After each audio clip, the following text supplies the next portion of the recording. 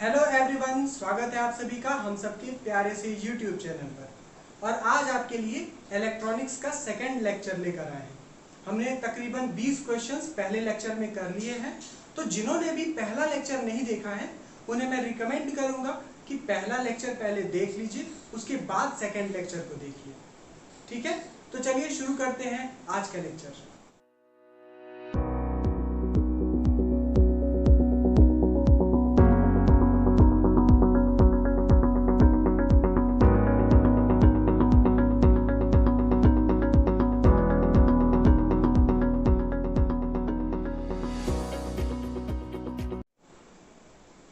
चलिए, तो हमारे पास जो क्वेश्चंस के सेट है, देखिए इसमें भी पीएन जंक्शन और बेसिक सेमीकंडक्टर फिजिक्स मिक्स्ड होगा।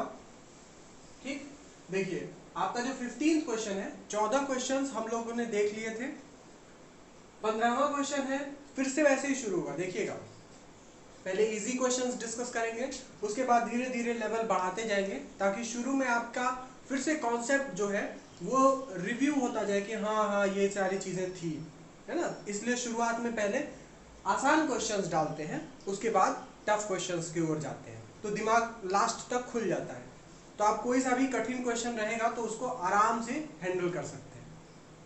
चलिए देखिए, electrical conduction in pure semiconductor is due to. Pure semiconductor में इलेक्ट्रिकल कंडक्शन किसकी वजह से होता है? इलेक्ट्रॉन्स की वजह से, होल्स की वजह से, बोथ इलेक्ट्रॉन्स एंड होल्स दोनों की वजह से, या फोनॉन्स की वजह से?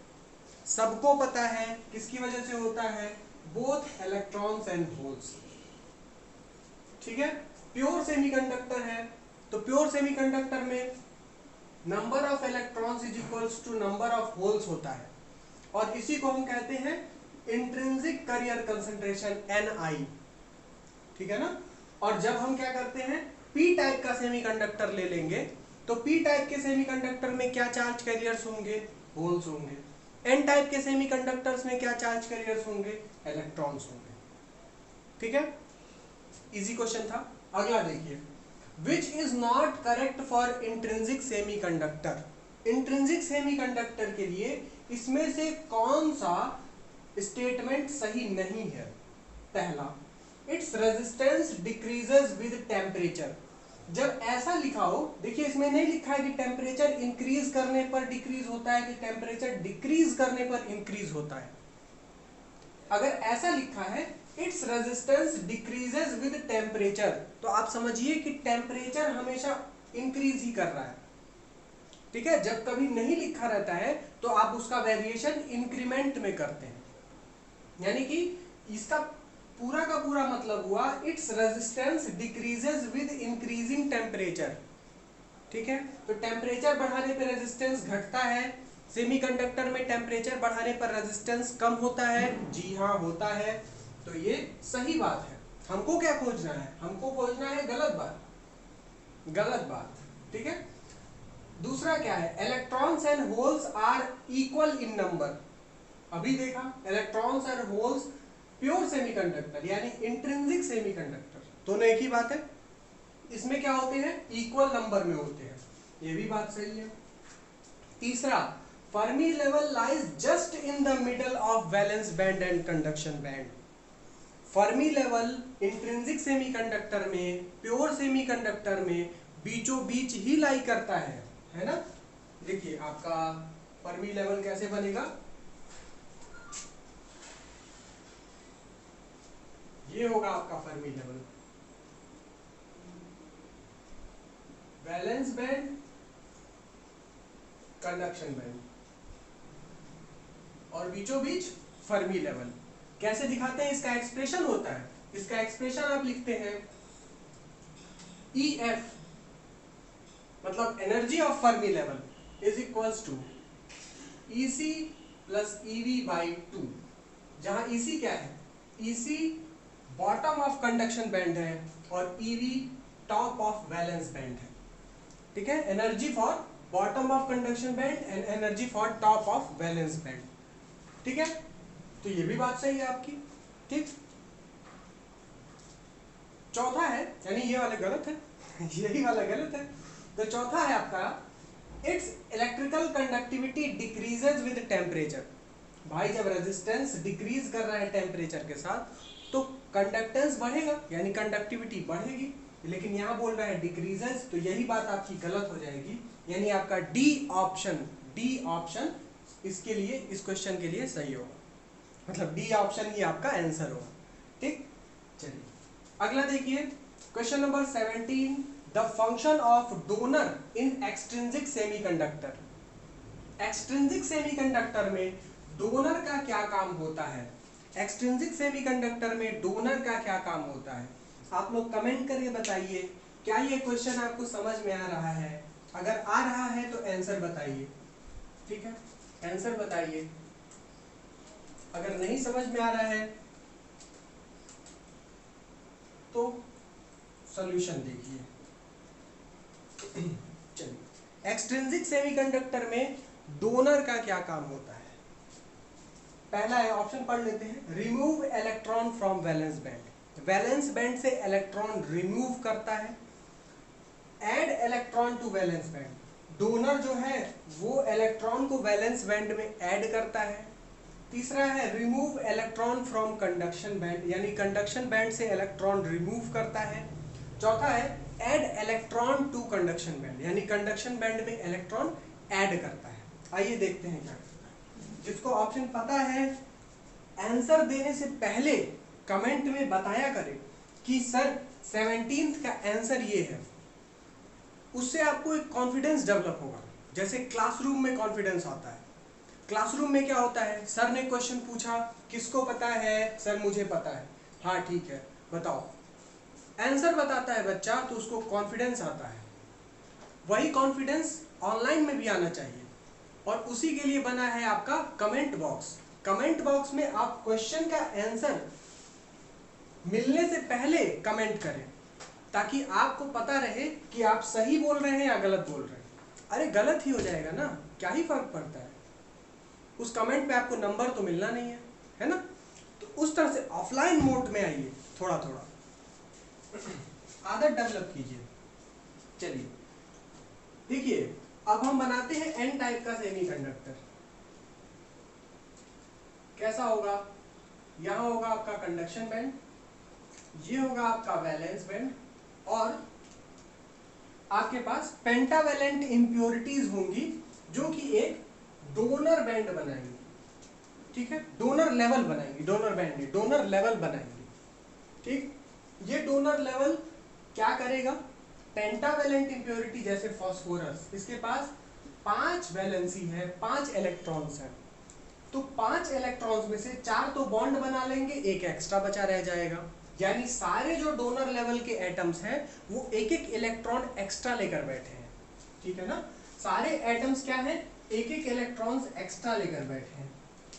अब जैसे ही आपने टेम्परेचर बढ़ाया, जैसे ही आपने टेम्परेचर बढ़ाया, ठीक, इलेक्ट्रॉन यहां पर भी है और इलेक्ट्रॉन यहां पर भी है, पर थोड़ी सी ही एनर्जी आपको चाहिए। कितनी एनर्जी? इस गैप के बराबर एनर्जी चाहिए, तो इलेक्ट्रॉन यहां से कूद कर कहां चला जाएगा? कंडक्शन बैंड में चला जाएगा। और इतनी एनर्जी, जिसको आप फॉरबिडन एनर्जी गैप कहते हैं, उसके बराबर एनर्जी चाहिए आपको इलेक्ट्रॉन को वैलेंस बैंड में, वैलेंस बैंड से कंडक्शन बैंड में ले जाने के लिए। तो जैसे जैसे थोड़ी थोड़ी एनर्जी पाता रहेगा, ये डोनर एटम लेवल के सारे इलेक्ट्रॉन्स कहां चले जाएंगे? कंडक्शन बैंड में चले जाएंगे। यानी क्या कर रहा है donor level? Donor level conduction band में इलेक्ट्रॉन्स को भर रहा है, ऐड कर रहा है। यानी कौन सा ऑप्शन सही होगा आपका? डी ऑप्शन सही होगा। ठीक, लेकिन क्वेश्चन एक कराने का मतलब नहीं है, क्वेश्चन तो 1 लाख बन जाएंगे। आपको क्वेश्चन कराने का मतलब है कंप्लीट रिवीजन करा देना। ठीक है, ऐसा नहीं है कि 20 क्वेश्चन मैंने इंटरफेरेंस में करा दिए तो वही 20 आ जाएंगे। ठीक है, पर वो जो 20 देख लिया उसके 80 to 90% सवाल लग जाएंगे, ये होना चाहिए। ठीक है, क्वेश्चन कराने का उद्देश्य ये है। तो चलिए अब देखिए क्या हो रहा है। यहां क्या हुआ, इन्होंने एक एक इलेक्ट्रॉन इसको डोनेट कर दिया, तो कंडक्शन बैंड में एक्सेस इलेक्ट्रॉन्स आ गए, और एक्सेस इलेक्ट्रॉन्स की वजह से अब कंडक्शन होगा। यानी कि एन टाइप के सेमीकंडक्टर में कौन चार्ज कैरियर है? इलेक्ट्रॉन्स। ठीक है ना? चलिए पी टाइप के बारे में ही देख लेते हैं। मान लीजिए यहाँ डोनर की जगह एक्सेप्टर कह देता, तब पी टाइप में देख लेते हैं। पी टाइप में क्या होगा? यहाँ होगा आपका कंडक्शन बैंड, ये होगा आपका वैलेंस बैंड, और ये एक्सेप्टर का एनर्जी लेवल है। एक्सेप्टर में कौन होंगे? एल्यूमिनियम, बोरॉन, गैलियम जैसे ऐसे मटेरियल्स होंगे, ऐसे एलिमेंट्स होंगे जिनके पास एक एक होल है। अब ये होल क्या करेगा? ये होल्स है, ठीक है, यहाँ एक्सेस ऑफ इलेक्ट्रॉन्स नहीं है, यहाँ होल्स है। अब ये होल क्या करेगा? यहाँ पर इलेक्ट्रॉन की एक्सेस है, जैसे ही टेम्परेचर थोड़ा सा मिलेगा इस इलेक्ट्रॉन को, ये इलेक्ट्रॉन भागेगा, और भाग कर कहाँ जा सकता है? थोड़ी सी ही एनर्जी लेकर ये यहाँ जाना प्रीफर करेगा। ठीक है, जैसे थोड़ा सा एनर्जी पाया, कूदा कि इसमें पड़ गया, इस होल ने कैप्चर कर लिया, इसको पकड़ लिया। कुछ इलेक्ट्रॉन अब भी यहां से कूद कर जाएंगे और कंडक्शन बैंड में पहुंचेंगे, पर उनकी संख्या बहुत कम होगी। ठीक है, इसके मुकाबले एक्सेप्टर लेवल में पहुंचने वाले इलेक्ट्रॉन्स की संख्या के मुकाबले। क्यों? क्योंकि ये एनर्जी गैप ज्यादा है और इनके बीच का एनर्जी गैप कम है। तो जो इलेक्ट्रॉन थोड़ी सी भी एनर्जी पाएगा वो एक्सेप्टर लेवल में पहुंच जाएगा, इसमें क्यों जाएगा? ठीक है, चलिए आगे देखिए। तो यहां पर क्या हो रहा है? यहां पर क्या हो रहा है? Acceptor level. अब क्वेश्चन देखिए, the function of acceptor in extrinsic semiconductor. Acceptor का फंक्शन एक्सट्रिंसिक सेमीकंडक्टर में क्या होगा? क्या कर रहा है ये remove electron from valence band कर रहा है। ये वैलेंस बैंड से इलेक्ट्रॉन को रिमूव कर रहा है, कैप्चर कर रहा है। बात क्लियर हो गई? इसमें कंडक्शन कैसे हो रहा है? ये सारे इलेक्ट्रॉन्स हैं, अब ये इलेक्ट्रॉन्स कहाँ चले गए? ये सारे एक्सेप्टर लेवल में चले गए। तो बेसिकली क्या होगा? लोअर टेम्परेचर पे, कम टेम्परेचर पे क्या होगा? ये सारे होल्स बन जाएंगे यहाँ, है ना? ये सारे होल्स बन जाएंगे, क्योंकि सारे इलेक्ट्रॉन्स अब कहाँ पहुंच गए? इस एक्सेप्टर लेवल में। अब एक्सेप्टर लेवल में जो इलेक्ट्रॉन्स हैं वो कैप्चर्ड है। क्यों? क्योंकि वहां पर पहले होल था, अब इलेक्ट्रॉन आकर जगह भर दिया है, तो वो बोलेगा अब तुमको जाने नहीं देंगे, तुझे जाने तुझे देंगे नहीं, तेरी ही जरूरत थी, तू मिल गया, तो वो मिल जाएगा, तो उसको क्यों जाने देगा? ठीक है, अब यहाँ क्या हो गए? होल्स। तो वैलेंस बैंड में होल्स क्रिएट हो गए। ये होल्स वैलेंस बैंड में चलने के लिए फ्री है, और यही होल्स कंडक्शन के लिए जिम्मेदार होंगे। तो एन टाइप में इलेक्ट्रॉन्स, पी टाइप में होल्स। ये भी समझ में आ गया होगा कैसे? यहां से क्लियर हो गया। ठीक है, हायर टेम्परेचर पे क्या होता है? यहां पर ढेर सारे इलेक्ट्रॉन्स हैं, ढेर सारे इलेक्ट्रॉन्स हैं। ठीक है, तो जब हाई टेम्परेचर हम लगा देते हैं तो ज्यादा इलेक्ट्रॉन्स के पास भरपूर एनर्जी है, तो भरपूर एनर्जी लेके क्या करेगा?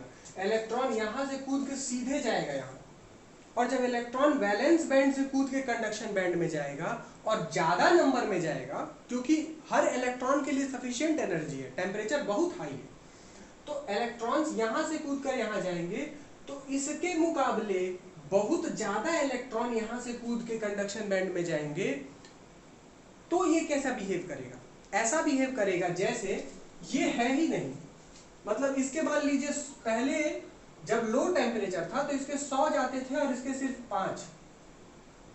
जब टेम्परेचर हाई करेंगे तो इसके 100 ही जाएंगे, पर अब इसके 500 इलेक्ट्रॉन्स पहुंच जाएंगे। तो कैसा बिहेव करेगा? ऐसा बिहेव करेगा जैसे सारे इलेक्ट्रॉन वैलेंस बैंड से कूद के कंडक्शन बैंड में आ रहे हैं, और यहाँ पर इलेक्ट्रॉन्स की अधिकता हो जा रही है, यहाँ पर होल्स की अधिकता हो जा रही है। तो ये बिहेव करेगा आपका इंट्रिंसिक सेमीकंडक्टर की तरह। ठीक है, इंट्रिंसिक सेमीकंडक्टर की तरह बिहेव करेगा। सेम केस यहाँ पे भी होगा। अब समझिए ना? तो ये क्वेश्चन कराने का आपका उद्देश्य इतना कुछ बताना था। ठीक है, चलिए इसको नोट डाउन कर लीजिए, अपने शब्दों में लिख लीजिए जो कुछ भी आपको इंपॉर्टेंट लगता है, क्योंकि अगर ऐसा क्वेश्चन आया तो अब आप कर ले जाइएगा। ठीक है, नेक्स्ट देखते हैं। The concentration of electrons and holes in intrinsic semiconductor is proportional to. जो लंबा सा एक्सप्रेशन हमने डिराइव किया है, आपको ये क्वेश्चन इंक्लूड करने का उद्देश्य ये था कि डोंट इग्नोर दैट, वो एक्सप्रेशन आपको ध्यान में रहना चाहिए, ठीक है, क्योंकि देखिए उस एक्सप्रेशन से क्वेश्चन बन सकता है। ठीक, ये क्या है, कंसंट्रेशन Na-Nd के लिए हमने NH और Ne, नंबर ऑफ होल्स और नंबर ऑफ इलेक्ट्रॉन्स, इसके लिए हमने एक्सप्रेशन निकाला है। उसी एक्सप्रेशन से आया है कि the concentration of electrons and holes, जब आप इलेक्ट्रॉन के लिए निकालिएगा या फिर जब आप होल के लिए निकालिएगा, तो इंट्रिंसिक सेमीकंडक्टर में ये कंसंट्रेशन किस टर्म के प्रोपोर्शनल होता है। ठीक है, तो आप सीधे सीधे उस एक्सप्रेशन से देख सकते हैं ये e to the power minus eg upon 2 kT के प्रोपोर्शनल होता है। ठीक है, इसमें कुछ एक्सप्लेन करने वाली चीज नहीं है, आपको इसलिए ये क्वेश्चन इंक्लूड किया गया है ताकि आप उस एक्सप्रेशन को भी याद रखिए, ध्यान में रखिए, वहां से भी क्वेश्चन आ सकता है। और कैसा आ सकता है, ऐसे ही आ सकता है प्रोपोर्शनैलिटी में, या फिर आ जाएगा at high temperature, at low temperature, at 0 kelvin, क्या होगा एक्सप्रेशन। ठीक है, तो एक दो केसेस हमने इंक्लूड किए हैं, कुछ और आपने देख लिया, कुछ आप बना सकते हैं। ठीक, चलिए अगला देखिए, गर्मी बहुत है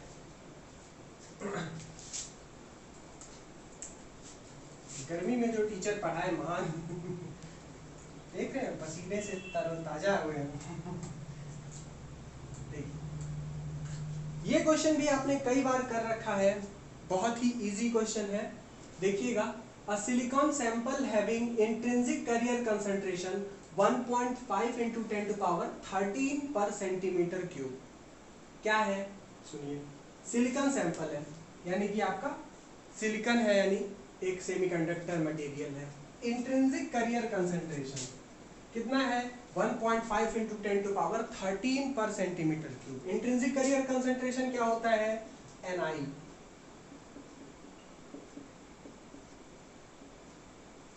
ठीक है, intrinsic carrier concentration 1.5 into 10 to power 13 per centimetre cube is doped by trivalent impurity of 10 to power 18 पर सेंटीमीटर क्यूब। ठीक है, तो ये ट्राइवेलेंट इंप्योरिटी क्या देगा आपको, trivalent impurity number of holes देगा, NH। अगर यहां बोल देता पेंटावेलेंट इंप्योरिटी, तो पेंटावेलेंट यहां पर नंबर ऑफ इलेक्ट्रॉन्स देता। ठीक, अब अगर इस क्वेश्चन में देखिए पूछा क्या है, पूछा है number of electrons in the sample.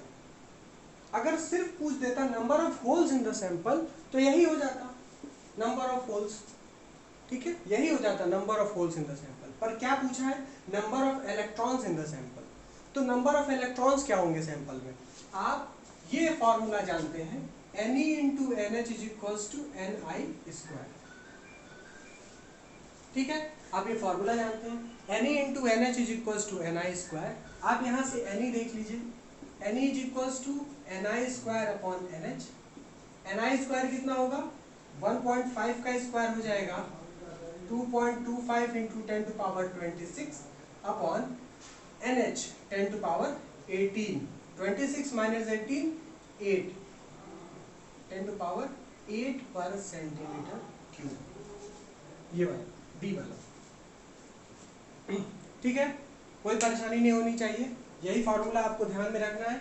ऐसे कम से कम 4 या 5 बार ऐसा ही क्वेश्चन आया, कुछ और दे देगा, बोल देगा एल्यूमिनियम या ट्राइवेलेंट की जगह नाम दे देगा कि हमने एल्यूमिनियम डोप कर दिया, बोरॉन डोप कर दिया, लेकिन अब आपको प्रॉब्लम नहीं होनी चाहिए, कोई प्रॉब्लम नहीं होनी चाहिए। ठीक है, चलिए लास्ट क्वेश्चन जो आपका है इस सेट का, Hall effect is useful to determine. कल हमने हॉल इफेक्ट पे एक क्वेश्चन किया था, आपको बताया था एक दो और करेंगे ताकि आपको दिमाग में चढ़ जाए कि क्या होता है हॉल इफेक्ट और क्या क्या डिटरमाइन करते हैं। Hall effect is useful to determine, आपको बताया था कल कि टाइप ऑफ चार्ज कैरियर आप हॉल इफेक्ट से पता कर सकते हैं।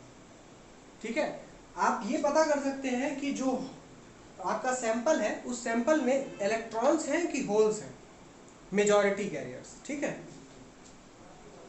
उसके बाद आप ये भी पता कर सकते हैं कि उसमें उनकी नंबर डेंसिटी कितनी है। ठीक है, तो हॉल इफेक्ट से आप दोनों बातें पता कर सकते हैं, तो इसका आंसर तो हो जाएगा सी। ठीक, तो हॉल इफेक्ट जब भी आएगा तो आप ये जान लेंगे कि हॉल इफेक्ट की मदद से आप ये भी जान सकते हैं, मान लीजिए आपके पास कोई सैंपल है तो आप जान सकते हैं कि ये सैंपल में होल्स हैं कि इलेक्ट्रॉन्स हैं। अगर होल्स हुए तो आप कहेंगे कि ये पी टाइप का सैंपल है। फिर सवाल पूछेगा कितने होल्स हैं, कंसंट्रेशन ऑफ होल्स, तो आप ये भी बता सकते हैं हॉल इफेक्ट्स। ठीक है, तो इसको भी नोट डाउन कर लीजिएगा और हम लोग फिर देखते हैं नेक्स्ट सेट ऑफ क्वेश्चंस। ठीक है,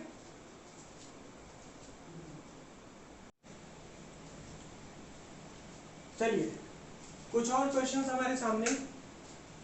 अगला क्वेश्चन है आपका, the knee voltage in a semiconductor diode is. आपको नी वोल्टेज याद होना चाहिए डायोड्स के लिए, स्पेशली जो आपके दो डायोड्स हैं, सिलिकॉन और जर्मेनियम, इन दोनों के लिए आपको बिल्कुल ही याद होना चाहिए। प्रैक्टिकल करते समय भी हम लोग नी वोल्टेज के ऊपर ध्यान देते हैं। आपको ग्राफ से बताते हैं कि नी वोल्टेज कैसे बनता है। जब आपका ग्राफ एक्सपोनेंशियली इंक्रीज करने लगता है तो आप क्या करते हैं, इसके किसी पॉइंट पर टेंजेंट खींचते हैं। ठीक है, और वो टेंजेंट अगर जहां पर कट करता है वोल्टेज एक्सिस को, उस वोल्टेज को आप कहते हैं कि ये इसका नी वोल्टेज है। जर्मेनियम के लिए इसकी वैल्यू 0.3 होती है और सिलिकॉन के लिए इसकी वैल्यू 0.7 होती है। आपको इसे याद रखना होगा। ठीक है, एक और वैल्यू आती है जिसमें मैं भी कंफ्यूज रहता था, वो है 0.7 volt for germanium, 1.1 volt for silicon. ये वाली वैल्यू, ये असल में आपका जो एनर्जी बैंड गैप है वो है। ठीक है, जर्मेनियम के लिए 0.69 आता है एग्जैक्टली, और आपके सिलिकॉन के लिए 1.1 इलेक्ट्रॉन वोल्ट आता है। ठीक है, 0.7 इलेक्ट्रॉन वोल्ट और 1.1 इलेक्ट्रॉन वोल्ट। ठीक है, तो कभी कभी कंफ्यूजन हो जाता है, लेकिन आपको क्लियर पता होना चाहिए कि 0.7 इलेक्ट्रॉन वोल्ट जर्मेनियम के लिए आपका एनर्जी गैप है। ठीक है, जो एनर्जी गैप होता है वैलेंस बैंड से कंडक्शन बैंड के लिए, और ऐसा ही 1.1 वोल्ट होता है सिलिकॉन के लिए। आइए देखते हैं next question. The current through the ideal diode in the circuit given below is. एक सर्किट है, इसमें ये जो डायोड है इसे बोल दिया है आइडियल डायोड। आइडियल डायोड, और बोल रहा है कि इसी में से जो करंट जा रही है, मान लीजिए आई करंट जा रही है, तो इस करंट की वैल्यू बताइए। ठीक है, मिटा देते हैं ऊपर वाला, फिर हम बात करते हैं इसको।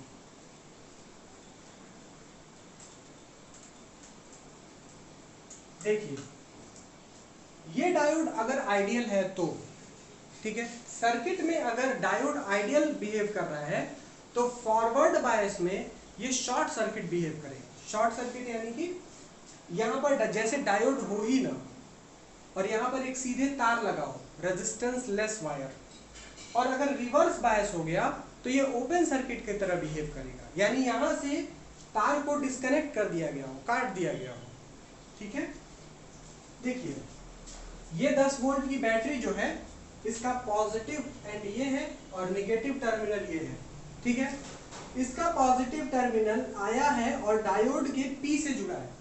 डायोड में ये पी है, ये एन है, तो इसका पॉजिटिव, बैटरी का पॉजिटिव टर्मिनल डायोड के पी से जुड़ा है, यानी ये बैटरी, ये जो डायोड है बैटरी के साथ किस में है, फॉरवर्ड बायस में है। और फॉरवर्ड बायस में अगर डायोड आइडियल है तो ये डायोड कैसे बिहेव करेगा, शॉर्ट सर्किट की तरह बिहेव करेगा। तो हम फिर से बनाते हैं, ये कैसा हो जाएगा, ये सर्किट बिल्कुल हो जाएगी आपकी इस तरीके की।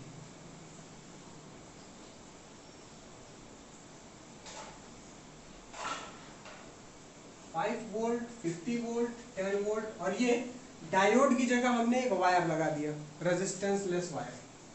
ठीक है, क्लियर है, क्योंकि फॉरवर्ड बायस में था इसलिए शॉर्ट सर्किट कर दिया। अब हमको बताइए कि अगर एक करंट निकलती है, ठीक, तो मजबूरन उसको इस 50 ओम से तो जाना ही होगा।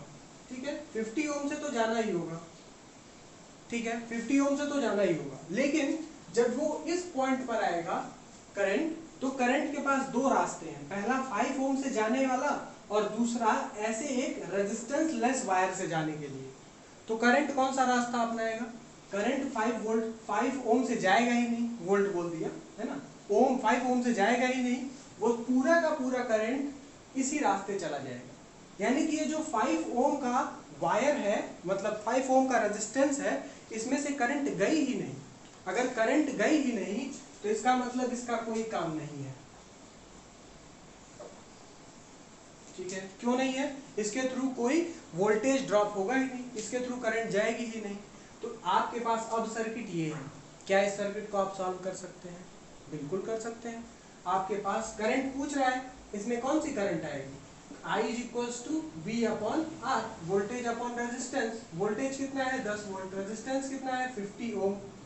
ठीक है, तो आ गया 1/5 यानी 0.2 एम्पियर या फिर 200 मिली एम्पियर। क्लियर है? यही आपका आंसर हो गया। तो इसे भी नोट डाउन कीजिए। हम लोग चलते हैं नेक्स्ट क्वेश्चन पे।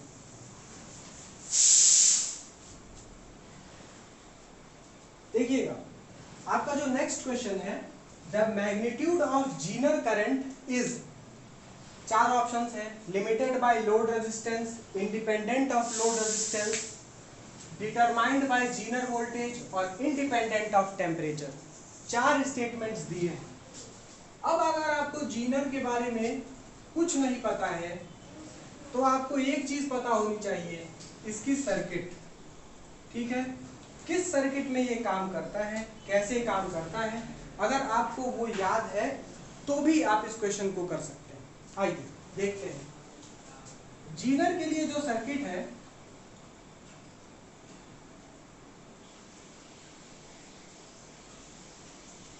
वो कुछ इस तरीके से है। ये लोड रेजिस्टेंस है, ये सीरीज रेजिस्टेंस है, और यहां पर आपने जीनर लगा रखा है रिवर्स बायस में। ठीक है, रिवर्स बायस में आपने जीनर लगा रखा है। ये V वोल्ट है। ठीक है, यही जीनर के लिए सर्किट है, सिंपलेस्ट सर्किट। अब देखिए, मान लीजिए कि एक V की वजह से एक करंट यहाँ पे कॉन्स्टिट्यूट होती है I। ठीक है, गौर से सुनिएगा, बहुत सिंपल बात है, दिमाग ही नहीं लगाना है। I करंट यहाँ से कॉन्स्टिट्यूट होती है। ठीक, जीनर से करंट कब जाएगी? जब जीनर चल जाएगा ब्रेकडाउन रीजन में। तो मान लीजिए जीनर से करंट जो है वो IZ है। ठीक, अगली करंट क्या होगी? IL। लोड के थ्रू भी कोई करंट जाएगी, IL। अब हमको बताइए, यहां पर आप किरचॉफ करंट लॉ लगा दीजिए। कुछ करना नहीं है, किरचॉफ करंट लॉ नाम है। आप पता है एक करंट जा रही है, 2 करंट और निकल रही है, तो आप क्या लिख सकते हैं? I is equals to IZ plus IL लिख सकते हैं। दिमाग लगाना है क्या इसमें? नहीं लगाना है। अब यहां से पूछा गया है the magnitude of Zener current. Magnitude of Zener current कैसे पता चलेगा? IZ is equals to I minus IL। ठीक है, I माइनस IL। ठीक है, और देखिए IL क्या होगा? आपको पता है IL क्या होगा? IL देखिए, ये जो जीनर है ना, इस जीनर के अक्रॉस वोल्टेज ड्रॉप हमेशा सेम होगा। कितना होगा? VZ।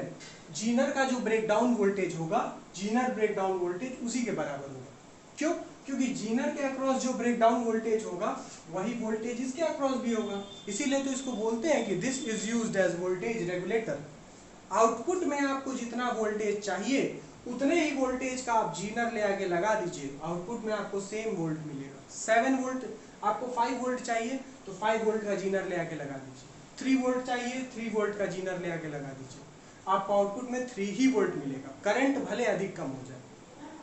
ठीक है, और एक्स्ट्रा करंट भी चली जाती है, एक्स्ट्रा करंट भी जीनर के थ्रू चली जाती है। ठीक है, अब देखिए यहाँ पे भी VZ इसके अक्रॉस, तो देखिए ये दोनों पैरेलल हैं, ये वाला जीनर और ये आपका लोड रेजिस्टेंस दोनों एक दूसरे के पैरेलल हैं। तो अगर इसके अक्रॉस वोल्टेज ड्रॉप VZ है तो इसके भी अक्रॉस वोल्टेज ड्रॉप VZ ही होगा, क्योंकि दोनों पॉइंट्स सेम है। ठीक है, एकदम ऐसा हुआ। ये RL हो गया और ये आपका हो गया, ये आपका हो गया VZ, बिल्कुल पैरेलल है। तो इन दोनों पॉइंट्स के अक्रॉस वोल्टेज ड्रॉप सेम होगा, यानी कि इसके अक्रॉस भी वोल्टेज ड्रॉप सेम है। वोल्टेज ड्रॉप सेम है तो इसके अक्रॉस वोल्टेज ड्रॉप भी VZ होगा। इसका रेजिस्टेंस RL है तो VZ अपॉन RL क्या दिखाई देगा? IL। ठीक है, IL दिखाई देगा। अब आप क्या लिख सकते हैं? IZ is equals to I minus VZ upon RL। देखिए आपकी कहानी खत्म। लिमिटेड बाय लोड रेजिस्टेंस, क्या आईजेड के एक्सप्रेशन में लोड रेजिस्टेंस है? जी हाँ, आंसर मिल गया। ठीक है, इतना मैंने आपको समझाया है। जब आप एक बार समझ जाएंगे तो इसको करने में आपको कितना टाइम लगेगा भाई साहब? बस 2 सेकंड लगेगा। आपने फिगर बनाया, एक्सप्रेशन लिखा, एक्सप्रेशन से लिख दिया। ठीक है, देखिए limited by load, independent of load resistance, ये भी गलत हो गया।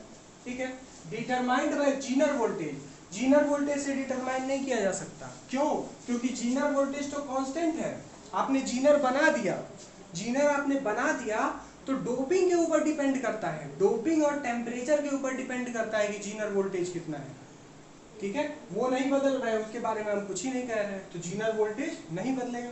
डिटरमाइंड बाय जीनर वोल्टेज नहीं, इंडिपेंडेंट ऑफ टेम्परेचर ना, बिल्कुल नहीं। टेम्परेचर आप चेंज कीजिएगा तो जीनर वोल्टेज चेंज हो जाएगा। ठीक है, और जीनर वोल्टेज चेंज हो जाएगा तो ये चेंज हो जाएगा। ठीक है, यहाँ पे VZ है ना, VZ। ठीक है, तो इसलिए आप इसके बारे में भी कहेंगे कि डिपेंडेंट होता है, टेम्परेचर पे डिपेंडेंट होता है। ठीक है, तो ये भी बात नहीं है, सिर्फ और सिर्फ क्या है, लिमिटेड बाय लोड रेजिस्टेंस। अब देखिए बात और भी है, जैसे कि जीनर वोल्टेज आप चेंज कर सकते हैं टेम्परेचर के वेरिएशन के साथ, पर हम इसके बारे में ज्यादा ध्यान नहीं देते हैं। क्यों नहीं देते हैं? क्योंकि हमारा उद्देश्य जो है जीनर को एज अ वोल्टेज रेगुलेटर देखना है। इस तरह से नहीं देखना है कि जीनर एक डिवाइस है, इसका टेम्परेचर के साथ क्या वेरिएशन। ठीक है, हम सिर्फ क्या देख रहे हैं, जीनर वोल्टेज रेगुलेटर की तरह किस तरह बिहेव कर रहा है और उसमें क्या वेरिएशन आएगा। तो आप लोड रेजिस्टेंस अगर बदलेंगे, इसकी वैल्यू बदलेंगे, जैसे आपने टीवी लगा दिया तो कभी फ्रिज लगा दिया तो कभी कूलर लगा दिया, कुछ ना कुछ इसमें बदलते गए तो क्या होगा, आपका जीनर करंट बदलता जाएगा। ठीक है, चलिए नेक्स्ट है, नी वोल्टेज इज, थियोरेटिकल क्वेश्चन है, आंसर आप ही लोगों से मिलना चाहिए। नी वोल्टेज क्या होता है? Forward voltage at which current become zero, नहीं। क्या होता है नी वोल्टेज? नी वोल्टेज के लिए बताया था, फॉरवर्ड वोल्टेज होता है जिसके बाद करंट होती है अचानक से बढ़ने लगती है, एक्सपोनेंशियल इंक्रीमेंट होता है करंट में। तो देखिए forward voltage at which current starts to increase rapidly, ये वाला आंसर आपका सही हो जाएगा। ठीक है, the voltage at which junction diode start burning, नहीं। और same as potential of junction, नहीं। पोटेंशियल और नी वोल्टेज दोनों अलग अलग होता है, आपने क्वेश्चन 1 में ही देख लिया। सिलिकॉन के लिए नी वोल्टेज होता है 0.7 वोल्ट। ठीक है, और पोटेंशियल की वैल्यू कुछ और भी हो सकती है। ठीक है, चलिए अगला देखते हैं, the capacitance of PN junction, important question है। ठीक है, क्योंकि कैपेसिटेंस और जंक्शन विथ इन दोनों के बेसिस पे क्वेश्चन बन सकता है। ठीक, क्वेश्चन पढ़िए, इसका आंसर देखिए, आप कमेंट बॉक्स में कमेंट कीजिए कि इसका आंसर क्या होगा। ठीक, फिर इसको पूरा पूरा हम लोग एक्सप्लेन करते हैं। The capacitance of PN junction increases with reverse bias, decreases with reverse bias, decreases with forward bias और remains constant। आपको जब मैंने कैपेसिटेंस पढ़ाया था तो बोला था अगर ऐसा क्वेश्चन आएगा तो आप नॉर्मल कैपेसिटर से भी आइडिया लगा देंगे। क्या होता है नॉर्मल कैपेसिटर के लिए? C equals to epsilon not A upon D। D क्या होता है? D होता है दो प्लेट्स के बीच की डिस्टेंस। यहाँ पर D क्या है? यहाँ पर dx है, डिप्लीशन लेयर की विड्थ। तो यहाँ पर जो फॉर्मूला होता है Cj equals to epsilon upon x आता है, फॉर्मूला भी याद हो गया, एप्सिलॉन अपॉन x। ठीक, अब विड्थ के ऊपर क्वेश्चन बनेगा। ठीक है, कैपेसिटेंस तो आपकी सेकेंडरी चीज है, पहले आपको याद रखना होगा कि विड्थ के साथ क्या चेंजिंग होगी। देखिए अगर आपका ये है पीएन जंक्शन डायोड, ये है इसकी विड्थ x।